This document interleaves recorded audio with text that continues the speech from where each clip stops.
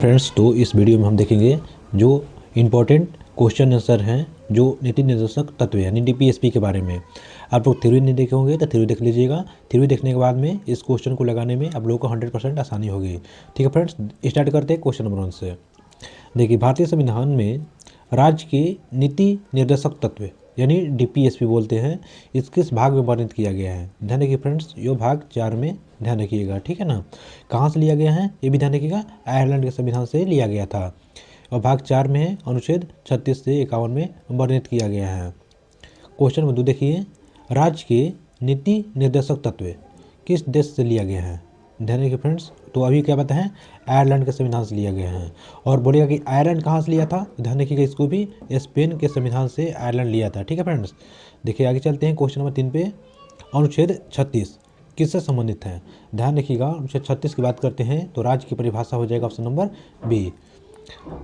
Question number 4 देखिए, अनुच्छेद 37 का संबंध किस से है। ध्यान रखिए फ्रेंड, अनुच्छेद 37 की बात करते हैं तो ऑप्शन नंबर डी हो मतलब सी हो जाएगा, डीपीएसपी से है। देखिए, डीपीएसपी में इसमें बोला जाता है, ध्यान रखिएगा, कि अगर ये आपका जो मतलब कि हनन होता है, ठीक है ना, डीपीएसपी का हनन होता है तो आप सुप्रीम कोर्ट में या हाई कोर्ट में नहीं जा सकते हैं। ठीक है फ्रेंड्स, ध्यान रखिएगा। क्वेश्चन 5 देखिए, निम्नलिखित में से कौन सा जो समाजवादी सिद्धांत हैं, समाजवादी सिद्धांत की बात करते हैं तो ध्यान रखिएगा, समान वेतन। समान वेतन जो होता है जो समाज में मतलब कि समानता का काम करता है। ठीक है, आगे देखिए क्वेश्चन नंबर 6, अनुच्छेद 40 का संबंध किससे है। ध्यान रखिए फ्रेंड्स, अनुच्छेद 40 की बात करते हैं तो ग्राम पंचायत से हो जाएगा। ठीक है ना, ग्राम पंचायत भी 3 स्तर का होता है, ध्यान रखिएगा। आगे चलते हैं क्वेश्चन नंबर 7 पे। अनुच्छेद 44 किससे संबंधित है। ध्यान रखिए फ्रेंड्स, अनुच्छेद 44 की बात करते हैं तो ऑप्शन नंबर ये हो जाएगा, समान नागरिक संहिता, यानी सभी धर्मों के लिए न्याय एक जैसा हो। ध्यान रखिएगा, ठीक है ना। और सबसे पहले कौन था, गोवा राज्य इसको अपनाया था। ठीक है फ्रेंड्स, उसके बाद में गुजरात, ठीक है, ध्यान रखिएगा, उत्तराखंड भी हो जाएगा।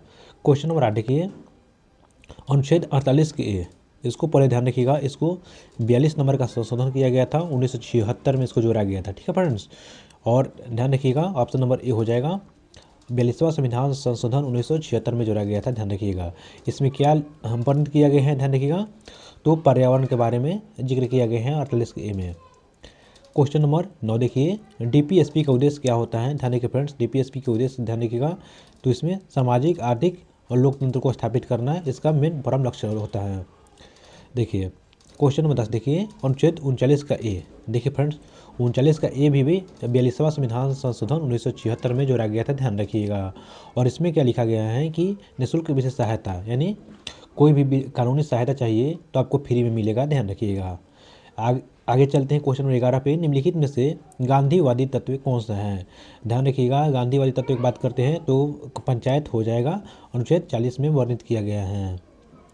क्वेश्चन नंबर 12 देखिए, डीपीएसपी जो न्यायालय में लागू नहीं है, क्यों नहीं लागू है। ध्यान रखिएगा, ऑप्शन नंबर बी हो जाएगा। अभी क्या बताए हैं कि देखिए, जो मौलिक अधिकार होगा वो न्यायालय में आप चुनौती दे सकते हैं, लेकिन डीपीएसपी को न्यायालय में चुनौती नहीं दे सकते हैं। अब अनुच्छेद 37 में वर्णित किया गया है। ठीक है फ्रेंड्स, अनुच्छेद अनुच्छेद जो 37 होता है या क्या बताता है, ध्यान रखिएगा, तो ऑप्शन नंबर बी लगा देंगे, 6 वर्ष के तक बच्चों को देखभाल करना। ठीक है ना, अनुच्छेद 45 में दिया गया है। ठीक है फ्रेंड्स, आगे देखते हैं, जो 86वां संविधान संशोधन किया गया था 2002 में। ध्यान रखिएगा, कब किया गया था, 2002 में किया गया था। इसमें कहा गया कि 6 वर्ष लेकर के 14 वर्ष के बच्चों के लिए आपको प्राथमिक शिक्षा देना अनिवार्य हो जाएगा। ठीक है, आगे चलते हैं अनुच्छेद 48 को।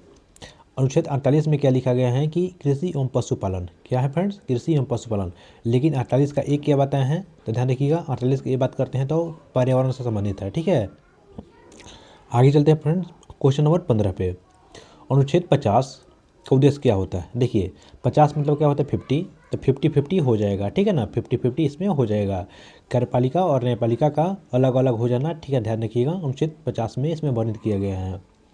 अनुच्छेद 51 की बात करते हैं तो ध्यान रखिएगा, इसमें जो अंतर्राष्ट्रीय जो अशांति होती है, अंतर्राष्ट्रीय मतलब कि अशांति को मतलब कि क्या करना, ध्यान रखिएगा, ठीक है ना, उसको स्थापित करना, ठीक है फ्रेंड्स। अंतर्राष्ट्रीय जो शांति को स्थापित करना अनुच्छेद 51 में लिखा गया है, ठीक है। आगे चलते हैं, डीपीएसपी की अनुसूची में है, बताइए DPSP directive principle of state policy, ठीक है ना, राज्य के नीति निर्देशक तत्व होता है जो ये अनुसूची, ध्यान रखिएगा ऑप्शन नंबर सी हो जाएगा, किसी भी अनुसूची में नहीं है बल्कि इसको भाग 4 में जोड़ा गया था, ठीक है, ध्यान रखिएगा, आयरलैंड से लिया गया है। किस संशोधन ने डीपीएसपी को सशक्त किया? डीपीएसपी को सशक्त कौन किया था? तो ऑप्शन नंबर ए हो जाएगा, ध्यान रखिएगा 42वां संविधान संशोधन 1976 में, ठीक है फ्रेंड्स, आप लोग ध्यान रखिएगा। आगे चलते क्वेश्चन नंबर 19 पे, मिनवा जो मिल्सा मामला है, देखिए फ्रेंड्स, ये क्वेश्चन आप लोग ध्यान रखिएगा, जो मिनरा मिल्स, ठीक है ना, ये एक मामला था, FIR किया गया था इसमें, यानी कि डीपीएसपी बनम मतलब कि जो डीपीएसपी के खिलाफ में मतलब केस किया गया था, ठीक है, ध्यान रखिएगा। डीपीएसपी का वर्गीकरण किसने किया था? ध्यान रखिएगा, डीपीएसपी का वर्गीकरण बात करते हैं तो विवादों ने किया था। ये क्या बताए हैं कि केस हो गया था, वाद हो गया था, ठीक है ना, विवादों ने इसको बंटवारा कर दिया था। देखिए फ्रेंड्स, अनुच्छेद 51 संबंधित है, ध्यान रखिएगा, अनुच्छेद 51 की बात करते हैं तो ऑप्शन नंबर ए हो जाएगा, अंतर्राष्ट्रीय शांति के बारे में जिक्र किया गया है। डीपीएसपी किस अनुसूची में है? ध्यान रखिए, डीपीएसपी कोई भी अनुसूची में नहीं है, अभी बताए हैं। किस संशोधन ने डीपीएसपी को सख्त किया था? तो 42वां संविधान संशोधन हो जाएगा। आगे देखिए, मिनरा मिल्स मामला संबंधित है, एक क्वेश्चन रिपीट होने लगा है फ्रेंड्स, ठीक है ना, आगे एक दो क्वेश्चन और रिपीट होगा, तो ऑप्शन नंबर क्या हो जाएगा? ये हो जाएगा, यानी डीपीएसपी बनाम FR संतुलन के द्वारा केस किया गया था, ठीक है ना। देखिए क्वेश्चन नंबर 20 देखिए, डीपीएसपी का वर्गीकरण किसने किया था? तो ऑप्शन नंबर सी हो जाएगा, कौन? विवादों ने, ठीक है ना। देखिए फ्रेंड्स, अनुच्छेद 38 में क्या है? अनुच्छेद 38 की बात करते हैं तो सामाजिक व्यवस्था है, ध्यान रखिएगा। आगे चलते हैं क्वेश्चन नंबर 22 पे, डीपीएसपी का मुख्य स्रोत क्या होता है? डीपीएसपी का जो मुख्य स्रोत हो जाएगा, ये आयरलैंड के संविधान से लिया गया है, और ये आयरलैंड कहाँ से लिया था? तो स्पेन के संविधान से इसने लिया था, ठीक है फ्रेंड्स। आगे चलते हैं, किस अनुच्छेद में सामान्य कार्य के लिए समान वेतन निर्धारित किया गया है? ध्यान रखिएगा, आर्टिकल 39 के डी में इसको वर्णित किया गया है, ठीक है फ्रेंड्स, तो ऑप्शन नंबर ए लगा लीजिएगा। डीपीएसपी लागू करने की जिम्मेदारी किसकी होती है?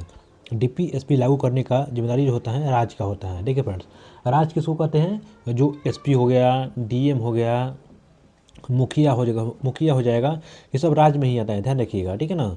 डीपीएसपी का संबंध किस न्याय से है? डीपीएसपी का ध्यान रखिएगा दंडात्मक होता है, ठीक है ना। चलिए फ्रेंड्स, तो आज इतना ही, और आप लोग पहले थ्योरी देखिए, उसके बाद में इस सब्जेक्टिव को देखिए, 100% आप लोगों को बेनिफिट होगा, ठीक है ना, यही से एग्जाम में आएगा। चलिए मिलते हैं नेक्स्ट वीडियो में, तब तक के लिए धन्यवाद।